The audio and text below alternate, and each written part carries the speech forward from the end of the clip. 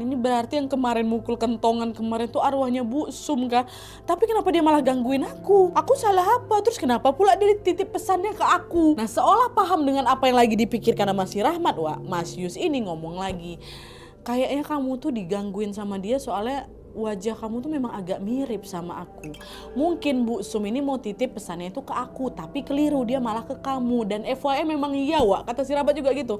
Wajahku sama wajah Mas Yus ini, Wak, mirip. Tinggiku sama, bahkan sampai model rambut kami pun sama. Gak ada hubungan saudara padahal mereka. Tapi dari perawakan memang agak mirip aku sama Mas Yus pada saat itu, kata dia. Udahlah nih, setelah membahas tentang Bu Sum, Mas Yus ini pun menyarankan supaya Rahmat menyampaikan pesan dari Bu Sum yang gak mau makam itu di keramik itu kepada sang suami. Tapi karena Rahmat nggak tahu di mana rumahnya Bu Sum, Mas Yus bilang, ya udah besok pagi aku bantu kamu nyariin rumahnya Bu Sum ya. Sekarang kita lanjutin sahur keliling aja dulu, katanya. Udah, kok nggak usah takut. Oh iya Mas, besok temenin aku Mas ya, makasih ya gitu. Udah, mereka pun lanjutlah ini berkeliling dan setelah imsak mereka kembali ke rumah masing-masing. Keesokan paginya Rahmat dan juga Mas Yus ini segera langsung mencari rumahnya Bu Yus seperti yang sudah disepakati kemarin. Tapi setelah bertanya pada beberapa tetangga, ternyata suaminya Bu Sum ini udah pindah rumah dan udah gak tinggal dekat kampung tuh lagi, wah. Gak ada yang tahu si suami ini pindah kemana, tapi yang jelas pesannya Bu Sum ini belum sempat tersampaikan kepada suaminya. Dan karena pesan itu tidak tersampaikan, alhasil sosok Bu Sum ini masih terus bergentayangan, Wak. Dan dia malah menghantui beberapa warga sampai dengan saat ini. Kata Mas Rahmat kayak gitu sampai saat ini. Dan akibat kejadian itu, Wak, kegiatan sahur keliling di kampungnya Rahmat mulai tahun depan ini, mulai tahun setelah kejadian itulah resmi kayak ditiadakan bentar gitu loh. Hal ini terjadi karena katanya kepala desa tuh khawatir para pemuda ini akan diganggu sama sosok Bu Sum itu seperti yang dialami sama si Rahmat. Serem ya.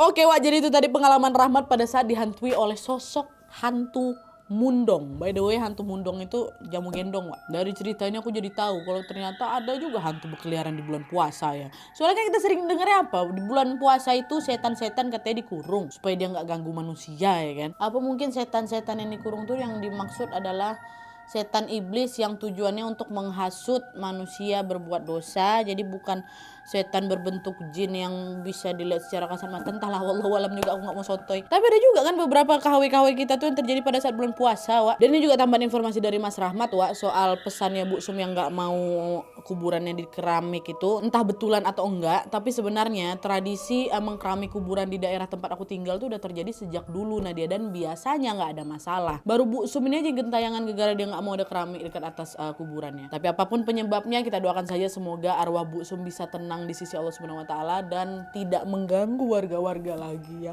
Amin ya robbal alamin. Oke, Wak, jadi sekian dulu videonya. Terima kasih banyak yang sudah menonton. Kalau kalian suka video ini, klik like-nya. Jangan lupa komen di bawah dan saran-saran untuk video selanjutnya. Jangan lupa nyalain notifikasi ya supaya kalian tahu kalau aku upload video baru. And as always, jangan lupa untuk klik tombol subscribe supaya kalian sama-sama tahu informasi menarik dan menegangkan dari channel aku. See you next video, Wak. Bye.